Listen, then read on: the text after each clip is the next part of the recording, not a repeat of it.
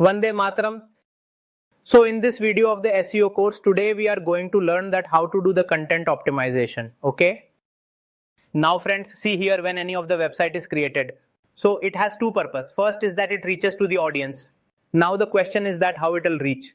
Either it will reach in organic way or through paid method. In paid way you can use Google or Facebook ads and can reach the audience. And in the organic way, it is that our website should rank on the search engine optimization, for example, like on Google, Yahoo, or on any other search engine. Or you can reach organically through social media. But the main way is that we are talking about SEO, so it's for search engine. So that we can make our website user friendly and it can also be search engine friendly according to the search engine. Our website will rank and we will get the traffic organically. So this is the only method, and from there we'll get business. So today I am going to tell you nearly about those 10 to 12 methods, alright?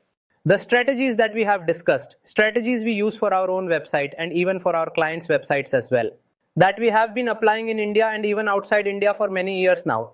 So whatever page you've on the website, whether it's the home page, about us page, services page, the products page, or any other page, so if you pay attention to all these points on all those pages which I am going to mention, then even you will be able to do SEO optimization of one page, and you can also optimize the content of it as well.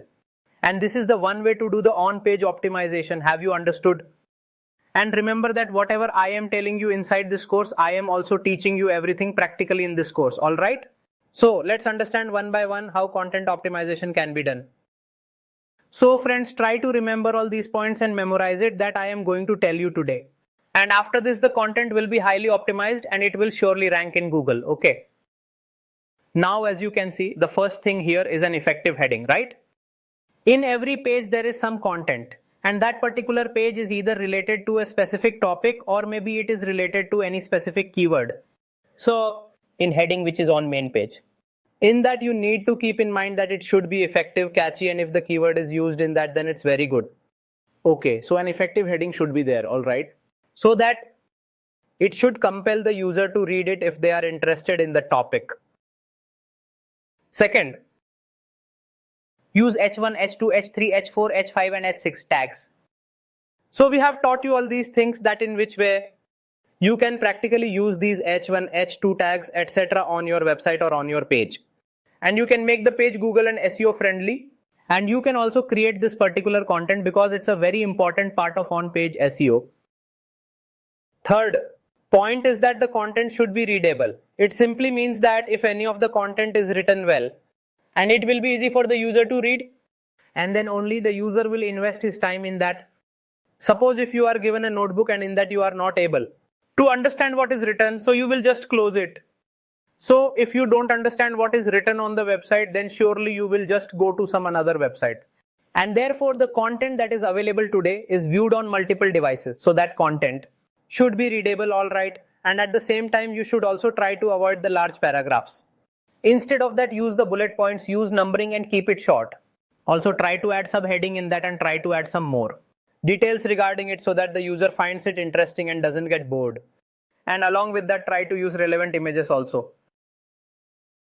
Now fourth is, keywords should be, right, the keywords should be in content. So when you are writing the content, so if you want to rank it on Google, then you'll do it on some keyword. So on that page, I mean on that particular page on which you are writing the content, then you would know that on which keywords you want to target that content or that page, and on which keywords do you want to bring the ranking of that page, right? So those keywords should be present in that content or in the content of that page that you are targeting. And if those keywords are in it, then in that case the content will easily rank your keywords. Are you understanding? Because you need some relevancy, right? Means if you using some keywords and targeting them and they are not present in the content, then there will be no relevancy. So you have to keep that in mind. Now next is minimum 800 to 1000 word content. You must have seen that in many websites they don't have content, they just have pictures. And Google does not read the images, it just reads the text. So there should be at least 800 to 1000 words of content on that page today. However, I'm telling you again, but today's trend has become much more demanding that the content should be of 1500 to 2000 words. If you've good content, it gets more priority compared to those with 500 or 1000 words. Keep keyword density in mind. So what is keyword density? It's not like if you have written the content of 2000 words on a page, then in that you will fill it with 1 or 200 keywords. Okay. Now let's say that you have the content of 200 words, right? So in that you can write 2 or 3 keywords, like I've written content on digital marketing. In 200 words, in those 200 words, I'll use 1 or 2 words like digital marketing course. So I can use this keyword, it's of 1 to 2%.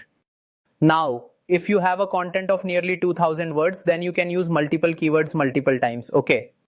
So this is called keyword density. The 7th point is the use of LSI keywords. Friends, what are LSI keywords? When you search something on Google, I have told you about this in this course and I have covered it and explained you. Okay, so LSI stands for the latent semantic indexing. It means when we search something on Google. So at the bottom page of Google, you'll find many keywords related to the topic. Like suppose I have searched here as the Digital Marketing Institute. So there it is showing the digital marketing coaching, etc. means these are LSI keywords. So you should not use the same type of keyword on that content page. Rather, you can use similar keywords to that of the LSI keywords. Okay. So that your content or website will rank there as well. Now 8th point. Primary keywords should be in the first 100 words. So what happens? For each page, you can target only 2 or 3 keywords. If there is content on one page, then the heading, meta type, title, description and URL of that page. So on all of them, you can target only 2 or 3 keywords and each page has 1 or 2 main keywords. When you are writing content, those primary keywords should be included within the first paragraph in first 100 to 200 words. Those keywords should be mentioned within the first 100 words, okay? The 9th point is to write unique and valuable content. You can either write the content yourself or you can get it written by AI. Or maybe you copied and pasted it from somewhere. That will not help. Look, if you will copy and paste the content from somewhere, it's a waste as your website will never rank. Because Google and search engine are very strict and you're also getting it written by AI. So it will not work like that, as the AI will detect that this is the AI generated content, right? So how can you get a content written by AI? How to humanize it? I will tell you in this course. Because this is an SEO course with AI, and as I have promised that. Now, whatever courses we have brought, whether it's of SEO, Google or Facebook, every course that is brought, whether it's of SEO, Google or Facebook, is with AI. We're showing how to use AI to make digital marketing easier for you, as we have to do work. And in this way, we can make it more productive, earn more money from it and do saving on cost. Okay, we can do all this with AI. So, the topic on which you are writing the content, it should be unique, it must be of high quality and it should be genuine. Only then your page will rank. I hope you have understood. And the 10th point is to avoid grammar mistakes. See, in professional world, if you are building a website, its content should be professional. There should be no grammatical mistakes. For this, there are many grammar tools like Grammarly that you can use, as there should be no grammatical mistakes. So I hope this video of today will be very valuable. You'll keep all these things in mind when you're optimizing content.